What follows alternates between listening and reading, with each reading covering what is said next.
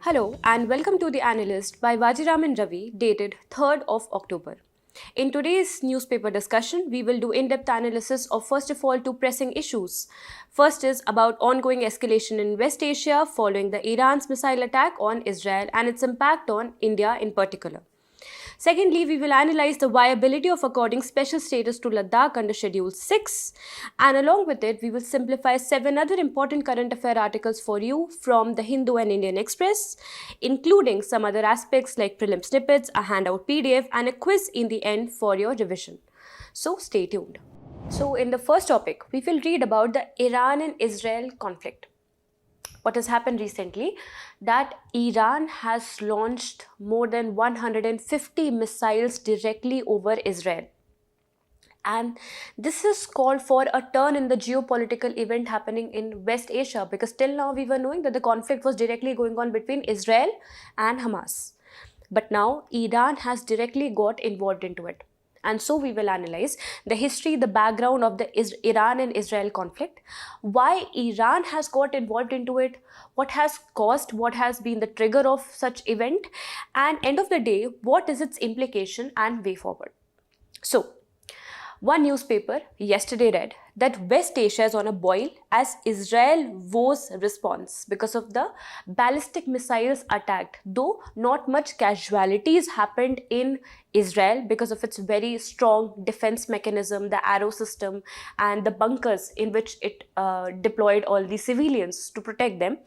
Casualties didn't happen, still Israel got very triggered, and now Israel has started attacking different places. Surprisingly, it has started attacking Beirut, which is the capital of Lebanon. But not only that, it is also now contemplated that it can either go to attack the oil supply regions of or the oil bunkers of Iran, or may attack the nuclear regions or the nuclear reactors of Iran. So let us see how the turn of events happen. But now, as you can see, that Israel suffers 8 casualty in Lebanon operation, which means Lebanon operation has started. So first of all, let's understand the context and why is it a very new case to happen, because till now Iran was not involved directly. When I'm saying Iran was not involved directly, it yes was involved indirectly, leading to many proxy wars. So what happens is, Iran, being the Islamic Republic and the flag bearer of the Islamic hegemony in this West Asia regions, has created a lot of proxy rebel groups.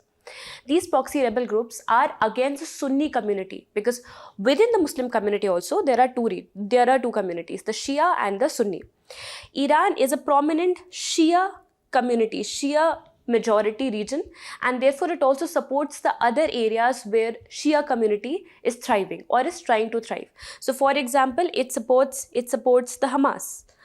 It supports the Hamas, which are in the Palestine region, which recently have escalated the Western Asian conflict by launching the missiles on Israel. Okay, that is how the entire escalation happened.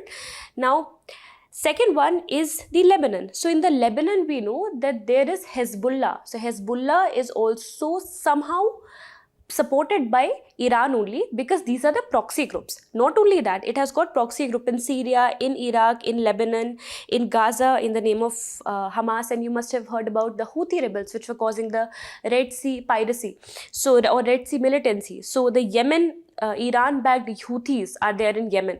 So in all these places, Iran has indirectly been supporting some of the proxy groups which were causing retaliation and which were attacking the Israel. But Iran till now did not touch Israel as such. But recently, a lot of events happened. For example, killing of the leader of Hezbollah, killing of the leaders of Houthi rebels, killing of leaders of Hamas. And not only that, the military commanders and the embassies of the Iran were also raided and killed. So therefore, now Iran, in order to restore its hegemony, had to, under the diplomatic pressure of the Shia groups and the community over there, Iran launched about 180 ballistic missiles in Israel. This led to direct war escalation from the side of Iran. Now, analyzing the reasons of the conflict. So there have been not just the current triggers, for example, killing of Nasrullah, who was the chief of Hezbollah. Hezbollah is located where? In the southern Lebanon. So these are the rebel groups which are attacking Israel. He was the head and he was supported by Iran. So the main trigger was killing of Nasrullah, but that is the current context. There are certain other current contexts which we will be reading, but alongside that there have been historical, religious, ideological grounds of differences as well between Israel and Iran. Let's begin with the historical one. So initially and surprisingly, Iran was a close ally of Israel.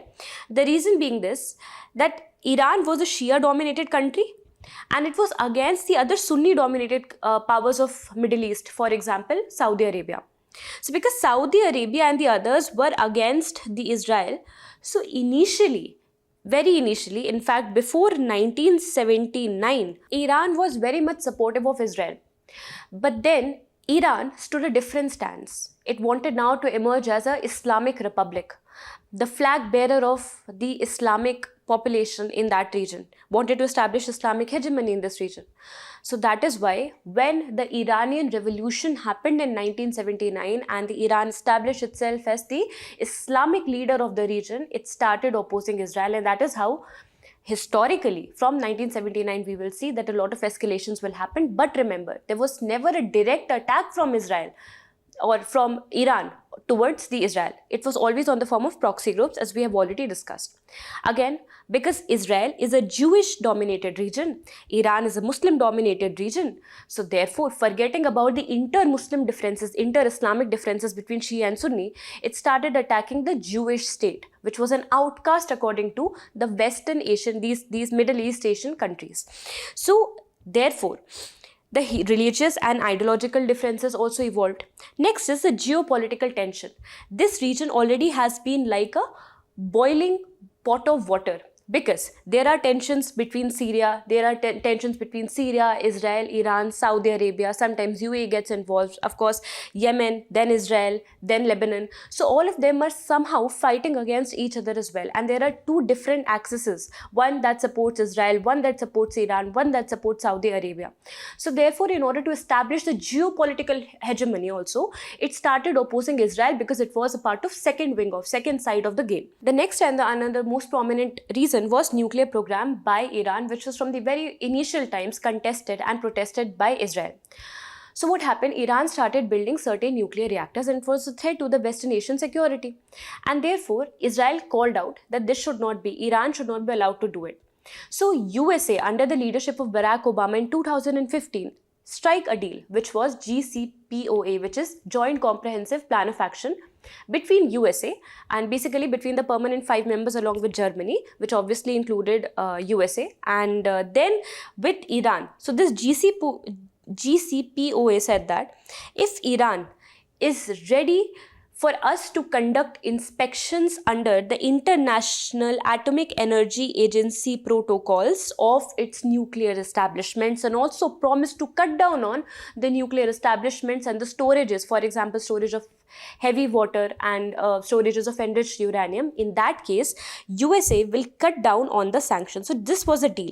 But Israel from the very initial times was opposed to it because it understood that these are the false promises being made on the part of Iran. Iran is not going to fulfill it.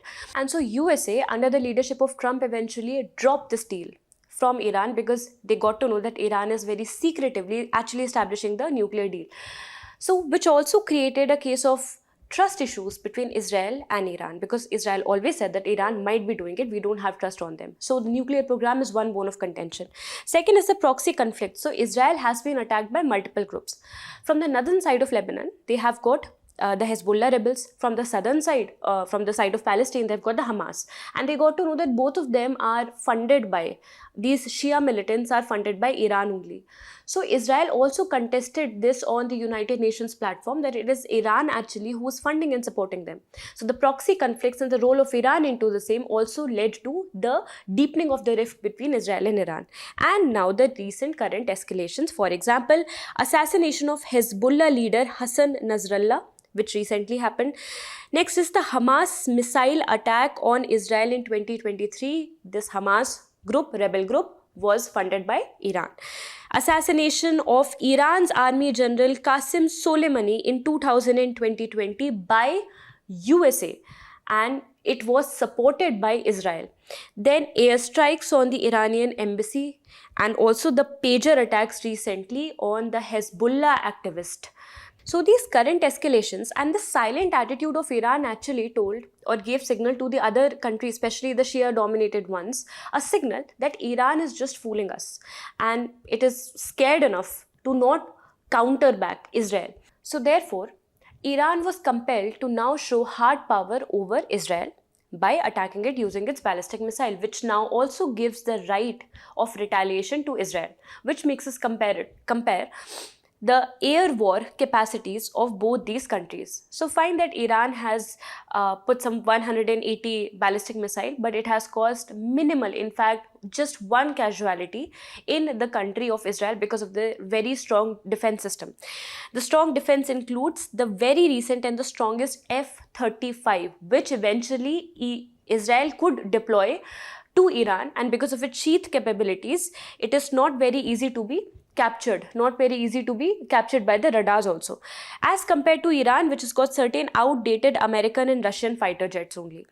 When it comes to drone also, Israel is much more advanced, having drone technology as compared to Iran. Surface to surface missiles in this case also, while Iran has more than 3,500 surface to surface missiles, what Israel, on the other hand, has lesser number of missiles but longer range missiles.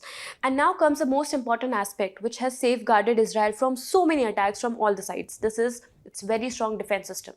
We all know already about the Iron Dome, but Iron Dome is only effective against the medium level missiles.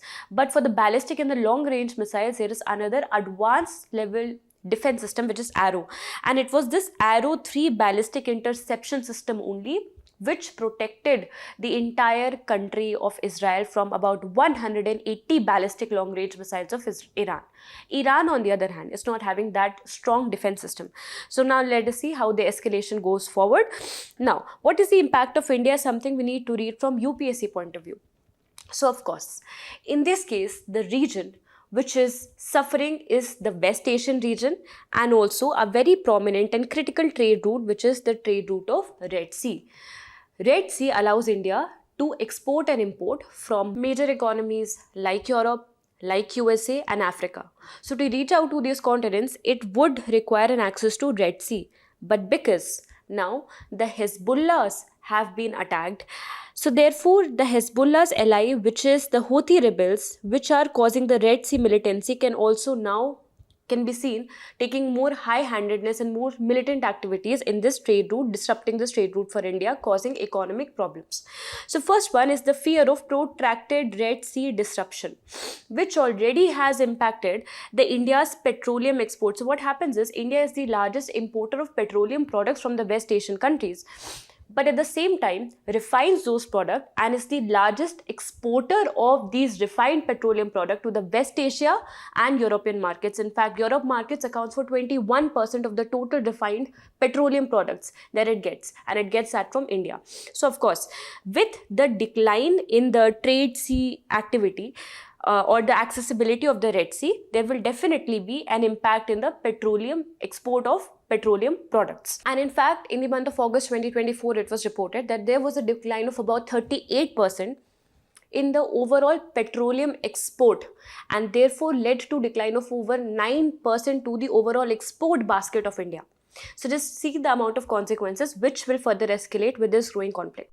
Second is the European market challenges, which accounts for 21% of the India's export of petroleum refined products. So this will also make us devoid of the European market challenges. Next is, there is a silver lining, a positive thing also, because when the escalation happened, it saw that our trade actually grew with some of the West Asian countries, specifically with the Gulf Cooperation Council. Now, how many countries are there in the Gulf Cooperation Council? Try to answer it, and also try to think whether Iran and Israel are a part of Gulf Cooperation Council or not.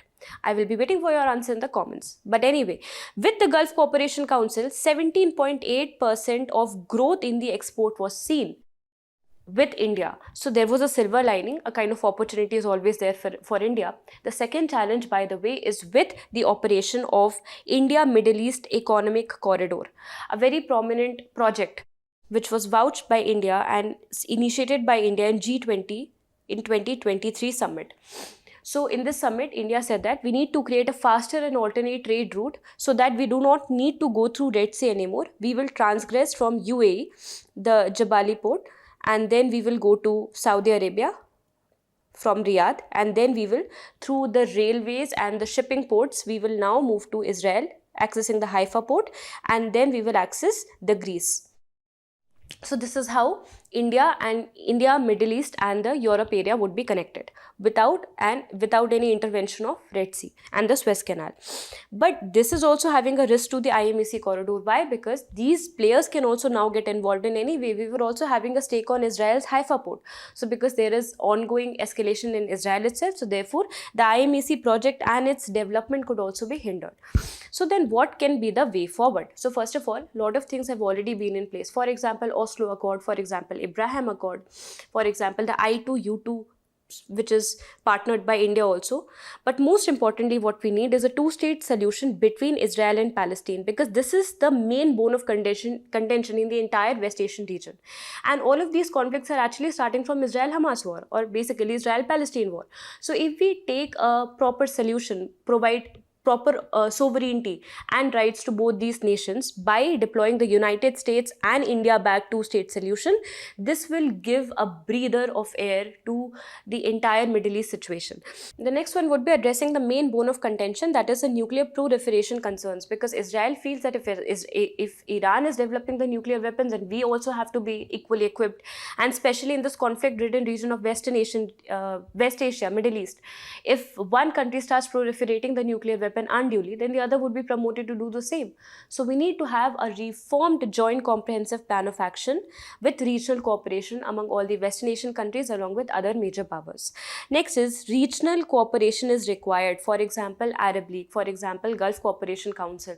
This is how the countries come together and they cooperate under certain developmental parameters, for example, in oil, in trade, in other economic factors. So this is how we can bring together all these countries on table so that their economic development can be put to a much higher priority as compared to their sovereignty and political concerns. Next is comprehensive security architecture for Middle East is also required. So this comprehensive security architecture should be of a nature that it is comprising of security concerns of all the countries of Middle East and not just one country in particular, but of course safeguarding Israel in particular because it is inflicted by a lot of attacks of late. And lastly, we need to normalize the diplomatic relations. And who are the best agents of normalizing diplomacy? It is the people. So people to people exchange and setting up of embassies, ambassadors, etc. will obviously try to restore the situation between not just Iran and Israel, but also between the other West Asian nations. As already seen, brokered between Abraham Accords, as we can see that UAE has normalized its relations with Israel. So we can see the other countries also coming on the same table. So this is how we'll be able to broker and pacify this conflict.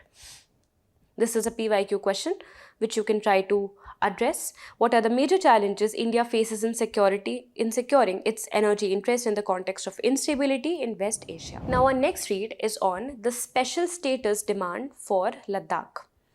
What has happened that recently the climate activist Sonam Wangchuk, who is the main proponent of giving or according 6th schedule status to Ladakh, he along with the other group of protesters have been detained on Delhi border. What they have been demanding? Inclusion of Ladakh in the 6th schedule of the constitution. So what is the 6th schedule? What is the 5th schedule? And why they are seeking this special status? And does Indian constitution allows one particular state or union territory to be accorded a special status? Because see, we know the idea of federalism. What is federalism? It is where the constituent units of a state or a nation, which is the center and the state, they see a distribution of power among them. There is a certain set of power and functions to be followed by center and the other between the states. Now, there can be an asymmetry between the autonomy that is given to different states. This is known as asymmetric federalism, and Indian constitution supports asymmetric federalism on the grounds of relative deprivation of a state against the other state. So yes, we are allowed to have asymmetric federalism, and that is why we have accorded special status to many of the states. For example, the Himalayan states and other states, the northeast states, under different sections of Article 371, we have accorded Schedule 5 status, Schedule 6 status, and previously Jammu and Kashmir state used to have Article 370, which was repealed in 2019 by the Jammu and Kashmir Reorganization of States Act. And this is where the conflict started, because this particular act of 2019 splitted the Jammu and Kashmir into two union territories, one the Jammu and Kashmir and the second one union territory of Ladakh. Now the problem with Ladakh is that it got devoid of any legislative assembly. So this is going to be a union territory without legislative assembly, which means all the decisions would now be taken directly by the central government or by the union government. And this is where the protesters have come into fore, because they have certain concerns. First of all, we've understood what is asymmetric federalism and where this 5th and 6th schedule have started. We'll be reading this. But first of all, let's discuss why at all any state demands for a special status category. This is especially by Manipur, Arunachal Pradesh and now Ladakh, which is demanding for inclusion into the Schedule 6 and not the Schedule 5, because Schedule 6 gives more autonomy, and this is included under Article 244 of the Indian Constitution. But why any states ask for it? First of all, because they feel that there is a lesser sense of local autonomy and representation, especially when there is a majority tribal population with their own rich tradition, culture, customs, etc., and their resources which they do not need to be competed for. So for this insecurity of the loss of local autonomy, insecurity related to their resources like land, minerals, their forest resources, etc., and lack of their proper ecosystem or a fragile ecosystem in place, which could aggravate their socio-economic and food, water insecurities, especially in the case of Ladakh.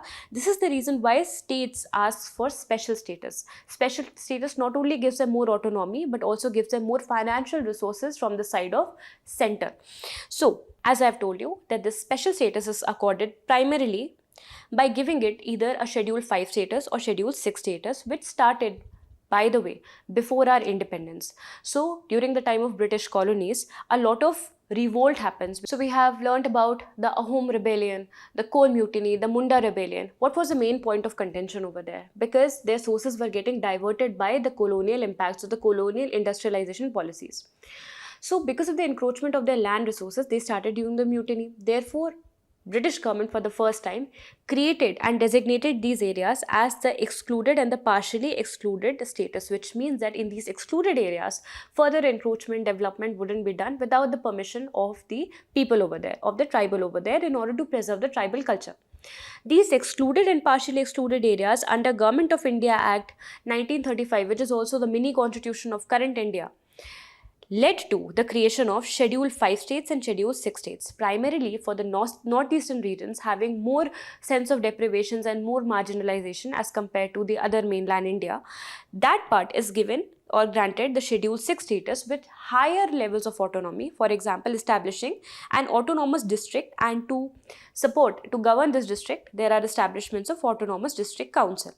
Schedule 5, on the other hand, can also be having its own councils, but these are advisory councils. These are not autonomous councils. That is a difference. So there is a difference in autonomy, levels of autonomy in Schedule 5 areas, which is basically given to 10 odd states of India, and Schedule 6, which is given to primarily the northeast states of India. So Schedule 6 is granted to Meghalaya, Mizoram, Tripura and Assam. To learn it, it's ATM money without Manipur.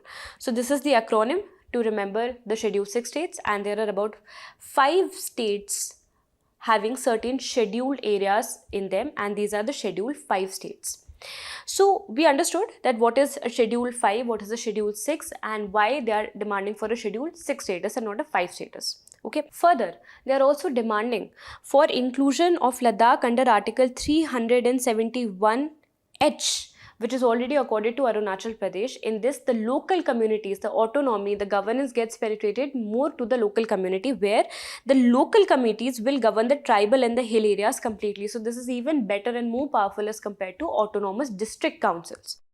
So then, what are the arguments in favor and argument against rendering special status to Ladakh under Schedule 6? First of all, the argument in favor is that they want to restore the local autonomy which got diluted after this act, this Reorganization Act of 2019. Because before that, it used to have Ladakh Autonomous Hill Development Council, which now has been reduced to only footnotes. Not that much powerful, because anyway, the command has been directly went in the hands of central government. Second is growing insecurity. When there was Article 370 in place in Jammu and Kashmir, at that time, Ladakh being a part of it, also got the Article 35A and Article 370 benefits for it. Now, the decision making has entirely shifted from public participation to bureaucratic processes, along with diluting the ownership of their resources, for example, land, for example, forest, for example, the very vulnerable areas like glaciers. Next is Ladakh's fragile ecosystem. For example, again, talking about the passes, the deserts, the glaciers. So all of these are already fragile ecosystems which have limited carrying capacity. If we attract development into these areas, it will breach the carrying capacity, will lead to water and food security for the people of Ladakh, and at the same time might lead to many disasters, climatic disasters. And that is why the climate activist Sonam Wangchuk has been a main proponent of it. Now, what are the arguments against, which are basically made by the central government? So the first argument against is the legal and the administrative hurdle. Central government says that in order to include it in the 6th schedule, what is required? Constitutional amendment. And that too, according to their interpretation, Schedule 6 can only be given to the northeastern states and not to the other part. Otherwise, everybody would start asking for it. Right? So the legal challenges, administrative challenges are there. Second, inclusion. Central government says inclusion is already under process, because inclusion can be done with the help of socio-economic development. Now, this development can be funded. It is already getting funded better by devolving more resources in the progress of Ladakh, and the reservations have already been increased from 10% to 45% under direct recruitment. Not only that, if it is included in the 6th schedule, which means local autonomies will become important, and this will hinder the Ladakh economic development, because now it will lead to imposition of many restrictions. For example, restriction in the use of land, in the use of resources. So this will make the Ladakh region unattractive for the investors. Next, it will also hinder the clear chain of command which is required for ensuring the security operation. Very important, because of the ongoing or the growing Chinese excursions in the region of Ladakh. So basically, these incursions can only be stopped with a clear and straight chain of command involving the local governance, the paramilitary forces, the military forces. But if there are a lot of other governance structures, it will lead to delay in the decision-making process. These are the arguments created against rendering special status to Ladakh. So what can be done? First of all, these demands are not new, because Manipur, Arunachal Pradesh also are demanding of the same. Now Ladakh, which is a part of kind of the mainland India, is also demanding it. And what they are saying is 6th schedule also needs a little bit of reforms, because as said in 125th Constitutional Amendment Bill proposed in 2019, we need to increase the autonomy and especially the fiscal autonomy of the Autonomous District Council also. So just by rendering the special status to Ladakh, it will not solve the problem, because Schedule 6 itself is also not much effective, because also gets intervened by central government at many times. Second, what is required is meaningful dialogue with all the stakeholders, so that decision making can happen without making anyone feel excluded out of the process. Next is enhancing the local governance. Even if it is done at the union level, central level, there should be schemes which enhances the local governance, so that they feel more included in the developmental processes. Next is, even if the policy making is done by the central government, it should be sensitized. So even if it is rendered the 6th schedule status or not, the need of the hour is to make the people feel inclusive. The need of the hour is to create the policies more sensitively by ensuring that the concern of climate or their ecosystem, of the communities and of their customs, all of them are accommodated. Here is a question, a PYQ. You can try to answer this one. Here we are linking asymmetric federalism with the special status of Ladakh, something which we have already analyzed. Now the next article is about the rising railway accidents in India as recently highlighted by Indian Railways data. So they have highlighted that over the past 5 years, 351 persons were killed, 970 injured, and about 200 consequential railway accidents have taken place in India in just last 5 years. So while decoding the news, we will learn how it has highlighted multiple causes which leads to the rising accident alongside the zones which have been more affected. For example, the central zone and the southeastern zone, especially the Balasore triple train tragedy, the Kanchenjunga Express tragedy that happened. You should also know that there are total 17 zones in which the Indian Railways has been divided. So we will analyze it very quickly. First of all, what are the reasons? Can be broadly divided into three things. First of all, it's a machine, so there could be signaling failures. It operates on an infrastructure, so there could be infrastructural defect, and of course it is operated by humans, so there could be human errors. Infrastructure defects includes having poor tracks or bridges, which could be due to vandalism. People put their aggression out on the government infrastructure. That could be one reason. Aging of the infrastructure. More than 50% of the tracks back in 2015 were even 80 years older. So aging is one of the reasons. Natural disasters, especially in the Western Ghat, is one of the reasons. Then lack of funds. Lack of funds leads to poor revamping of the infrastructure, and there are routes which are overcapacitated, which means they are operated at more than 100% capacity. These are some of the infrastructure deficits. Human errors include negligence, corruption, disregard for safety, wrong signaling, miscommunication, overspeeding, etc. Signaling failures including the technical glitches, the failure to communicate at the right time, which actually happened during the Balasore train tragedy. We have already discussed it very deeply in the previous analysis, so I won't be going to it. You can obviously create a tag on the YouTube and search for the same. Now, talking about the multiple reasons, the most prominent reason has been derailment. The second is level crossing accidents. Then it has been fires. You can see that there has been decline in the causation of fires, but the derailments and the level crossing accidents have still been on record high.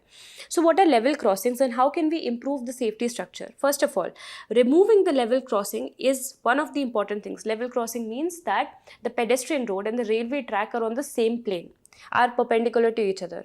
This causes a lot of human accidents also and train accidents also. So the first need is to eliminate entirely this level crossing. Second is to enhance the funds. Without the funds, functions and functionaries, no kind of governance can be improved. And therefore, we already have Rashtriya Rail Sanraksha Kosh, which can be revamped and rejuvenated with more funds.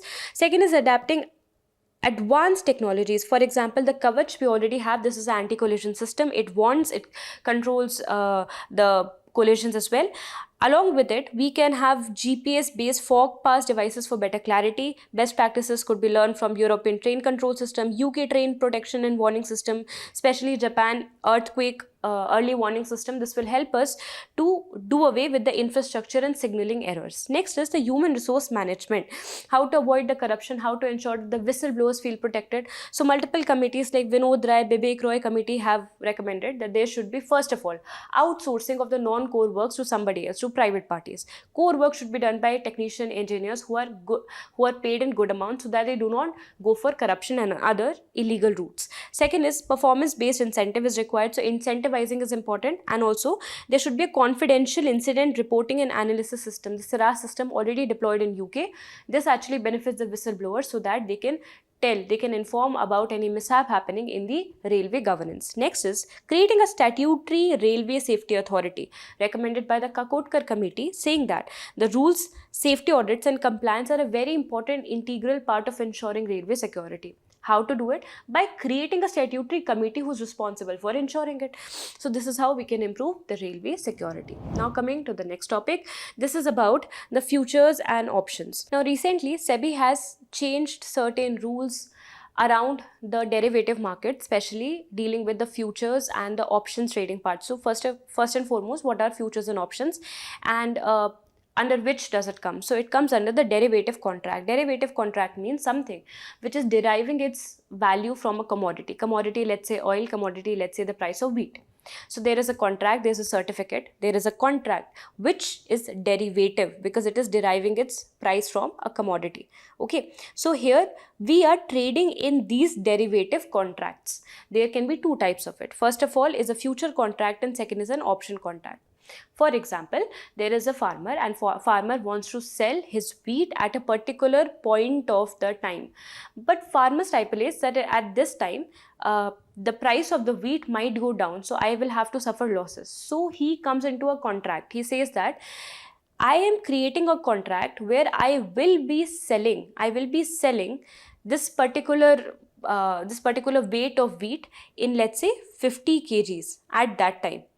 50 kgs at that time, and the consumer says, the other person of the contract says that I will be buying at 50 kgs no matter what is the current market price. Now let's say if at that future date, if the price goes to 30 kgs, then who will be at loss? The consumer will be at loss, because now he has to purchase it at a higher price. But now let's say the price moves up to 60 kgs, which means now the farmer would be at loss. When it is an obligation to perform the contract at that given date, when it is an obligation, then this comes under the future contract. When it is just an agreement, it's a right but not an obligation, it comes under the options case. So obviously, which one would be having more risk? More risk would be there with options, because it can give you unlimited profit, but at the same time unlimited loss can also happen, because there is nothing like a loss margin over here. In the case of option, if the farmer feels that this is going to be up at 60 kgs, so the farmer can choose not to sell it at that particular point in time. So the losses could be prevented in the case of option. Now what happens is, because of the growing interest of people in the futures and options, and because it entails a lot of risk as well, a lot of retailers suffered from immense losses from the past few quarters. So in order to safeguard them from the losses, SEBI has revamped the rules. What are these? Let's have a quick look. First of all is the recalibration of the contract size for index derivative, which means any contract that is happening now has to be striked at a higher amount. So there is a minimum amount, which is for them, this is 15 to 20 lakh, increased from 5 to 10 lakh. So only the person who's having that much appetite to invest this much money and incur that much and adjust that much loss, only those will be required to deal in these index derivatives. Second, there will be upfront collection of option premium. Can you see that in the case of option, some premium has to be paid in the advance, but many of the retailers diverted it and saying that in the form of credit card, we'll be repaying it later. But SEBI has now said that from February 1st, option buyers must pay the premium upfront only, then only they'll be able to engage or purchase this option. Next is rationalization of the weekly index derivative product. So what used to happen, the stock exchanges previously used to give derivatives which were expiring under a weekly basis, and there were multiple derivatives of that sort. So retailer used to have a frenzy and used to purchase a lot of it, incurring a lot of losses. So now SEBI has told that stock exchanges can only offer weekly expiring derivatives for only one benchmark index, not for more than one. This is how it's trying to safeguard the retailers. Next is, there will be intraday monitoring of position limits. This is effective from April 1, 2025 next year. Previously, this intraday monitoring was happening only at the end of the trading day, but now the loss can be stopped before also because of the intraday monitoring and intraday positioning of the losses. Next is increase in the tail risk coverage on expiry day. So sometimes on the expiry day, the tail risk could be of more than 5%, more than 10%. So just imagine you have given 15 lakh, you have purchased something out of 15 lakh. Just imagine the amount of loss you will be having if 10% loss is there. So you were stipulating that 8% loss will be there, and immediately 2% extra margin loss was there. So this is known as a tail risk loss. So this, to cover this, they have increased the extreme loss margin by 2%. So loss should not go more than 2% in this case. So these are certain rules. Now, of course, there are arguments that this will lessen down the volume of F&O purchases in the stock market, but at the same time, it will safeguard the money of the retailers, especially the petty retailers. Now, in the explained section of Indian Express, there has been an article on food safety laws in state. This is a news because recently the UP government and previously Himachal Pradesh and Uttarakhand government has issued directive inquiring all the eateries to display the names and addresses of their owners and employee. There has been a rationale given by the state government regarding it. but the Supreme Court had already stayed such an order in the case of previously Kavar Yatra case.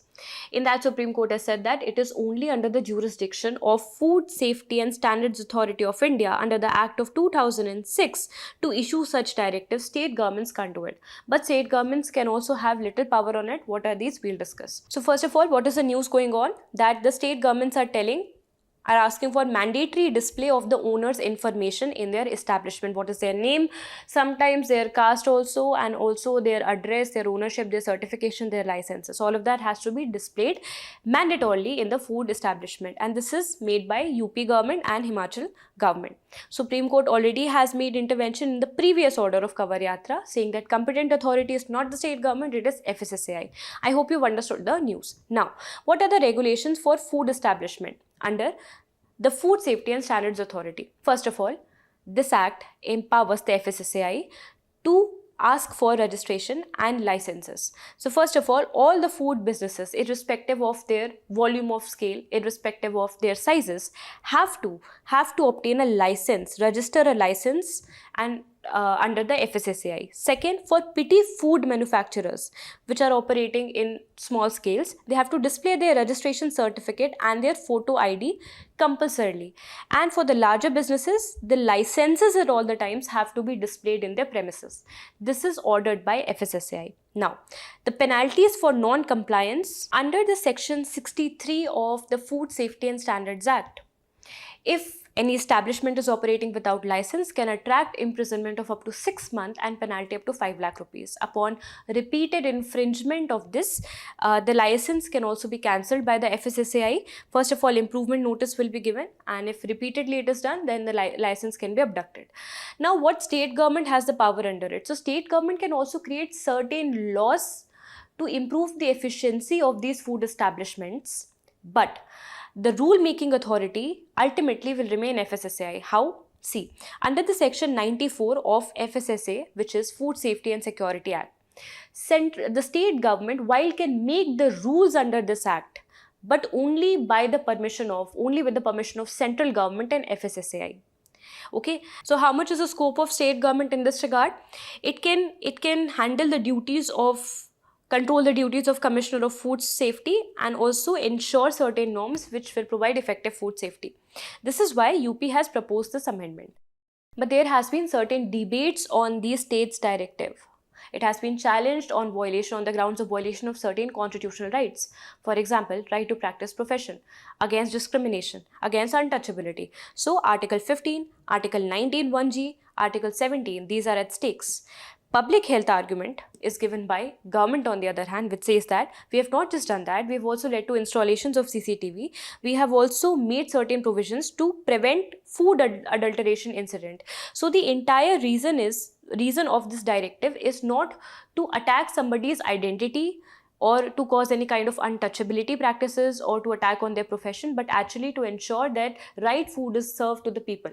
And this is why this is the argument made by the government. Now, the next article is about an innovation in technology featured in the Hindu. This is about nano diamonds and how they can replace the quantum dots as well.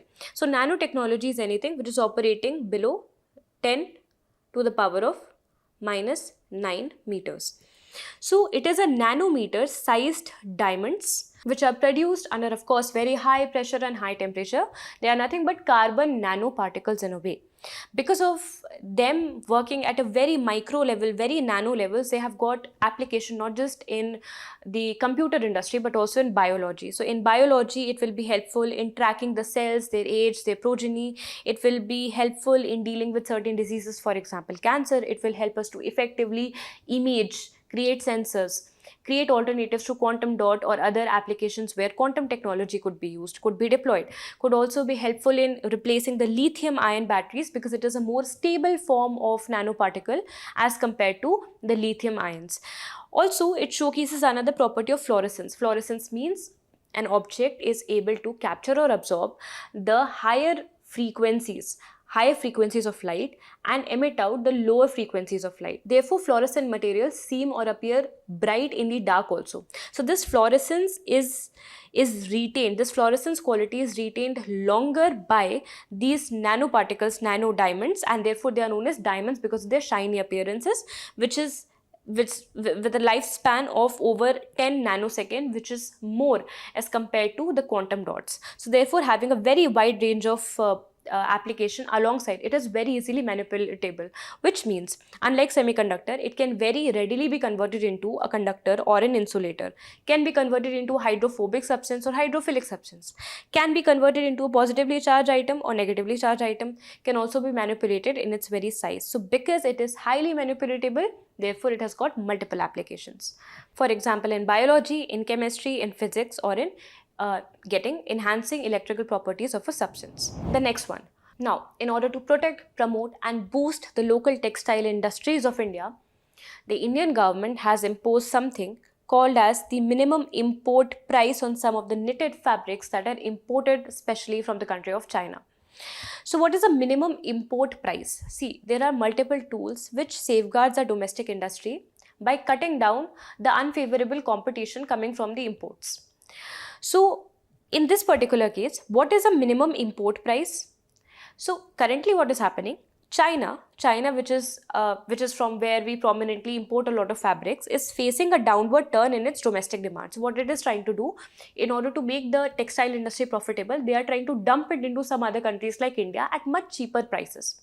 Okay, so therefore, if the textile is coming at a very cheaper price, it will hurt the domestic producers of the country. So therefore, government has said that China cannot import anything or cannot export anything to India below a set price.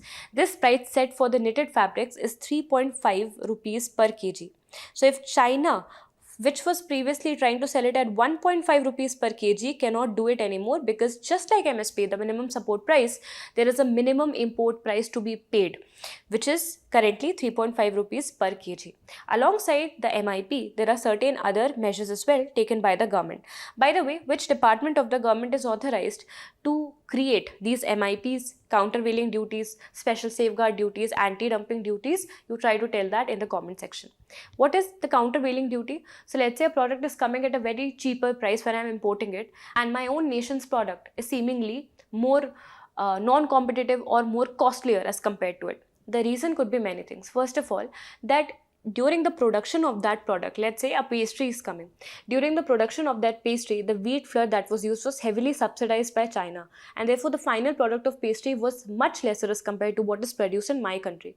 So China is trying to countervail with the help of certain subsidies. So India has to waive off those subsidies by putting equivalent amount of duty. This is known as countervailing duty, which is to undo the hidden taxes or the hidden subsidies that a particular government could be imposing on the product, could be putting in order to make the prices more competitive or cheaper in the international market. This is countervailing duty. Second is the anti-dumping duty. Now let's say my country is manufacturing a car at $75. From the country B, let's say Taiwan, I'm able to export the same car, the same brand at just rupees $50.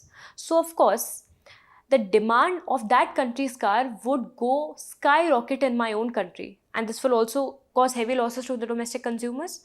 This is known as the practice of dumping by the other countries which are trying to produce something more cheaper than the cost of the prevailing product in my country, and therefore government also imposes something known as anti-dumping duty. So these are the measures which are imposed by the government to protect the domestic industry. Now the next topic is a very alarming news on the wildlife, especially the elephants. Asian elephants counts have fell by 20% in the last 5 years. And this is a secret report released by Indian Express, because the official census of elephants is something which the government is delaying for so long, citing the reason that there is delay in the census in Northeast, which is not the actual reason. Probably the reason is that the rate of decline of elephant has been alarming. In some places, especially the central India, this rate is dipping to up to 40% decline in the number of elephants. So first of all, reading about the elephants, which state has the highest elephant population in India? It is not Assam, it is Karnataka, then followed by Assam, then Kerala. So basically it is the southern states and the northeast states. To protect and conserve the elephants, Project Elephant was launched in the year 1992, and after that 5-year census has to be published, which basically means a census has to be there in every 5 years. A lot of improvement was seen in the last 10 years, but in the last 5 years we are seeing that 20% dip is getting observed in the population of elephants. This Project Elephant is specially taken for the Asian elephants. Asian elephants have been accorded the status of endangered under IUCN. Is any species of elephant endangered in nature? Yes, critically endangered, which is the African forest elephants. The African savanna elephants, on the other hand, are just endangered, but critically endangered are African forest elephants. Now, to conserve the Asian elephants in India, the country has set up 33 elephant reserves in 23 states of India. Now, from these reserves and from these zones, if we see the percentage change, the central and the eastern landscapes have seen the largest decline of up to 41%. The minimal decline being in Shivalik and Gangetic of 1.6%, and the data is still not out for the northeast region. Now, this makes me ask a question to you, important for prelims, that which is the first elephant reserve of India and which is the largest elephant reserve of India? Try to answer that, and also observe this map that only in the 23 states we have got elephant corridors, which are 33 elephant reserves, which are 33 in number. It's not in all the states. In this part of the India, beyond this axis, we do not have elephant reserves.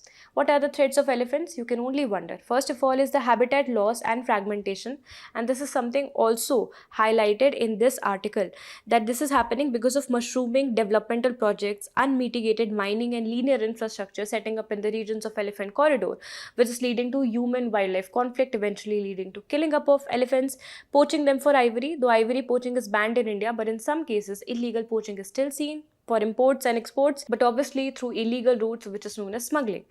There are also railways and road accidents, especially because of the level crossings that are there, we just talked about. There are electric fencing and electrocution, something which has been depleting the population of the great Indian bustard also, elephants also. Illegal capturing and tracking of elephants is there. Loss of corridor is happening because of encroachment of human activities and developmental project. Climate change is also a reason why they are shifting their landscapes from southern region towards northern or more colder regions. Now the next news is about launch of a special welfare package for the tribal villages for their socio-economic development. This is the PM Juga scheme, which stands for Janjatiya Unnat Gram Abhiyan. Now, this is a centrally sponsored scheme, which means some money has to also come from the state government. Obviously, this is not functional in all the states and all the districts. The main focus is on the tribal majority villages and aspirational districts. If you talk about the total population count of STs, it is about 8.6% overall in India as compared to the total population, which means about 10 crore people are tribal in India, out of which only about 5 crore will be targeted under this scheme. Now, it is there for 30 states and union territories, which means not for all the states. It will help in fulfilling the critical gaps in their social infrastructure, for example, healthcare, for example, giving them proper education and others. So, it will help to develop enabling infrastructure, Pakka houses, for instance, using Prime Minister Awas Yojana, the rural section, using Jal Jeevan Mission to provide them tapped water supply, improving the village infrastructure by providing road connectivity, mobile connectivity, network connectivity, promoting their economic empowerment. Now, this can be done by deploying and basically collaborating the cultural richness along with tourism. How this can be done? They have got homestays. Now, homestays are growing popularity among the tourists. So, therefore, creating tribal homestays will generate employment and money for them. This is especially seen in the region of Kashmir. Then, sustainable livelihoods for forest right holder by giving them certain patta rights. Then, advanced facilities for diagnosis of sickle cell disease. Sickle cell disease is mostly prominent among the tribal communities because of the genetic disorders they inherit.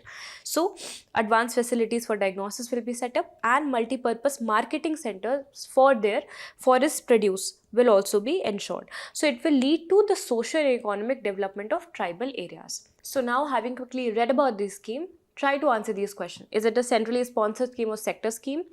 Are the aspirational districts covered under the scheme? And which ministry is propelling this scheme? So on this note, thank you so much. I will call off this session and see you again next time.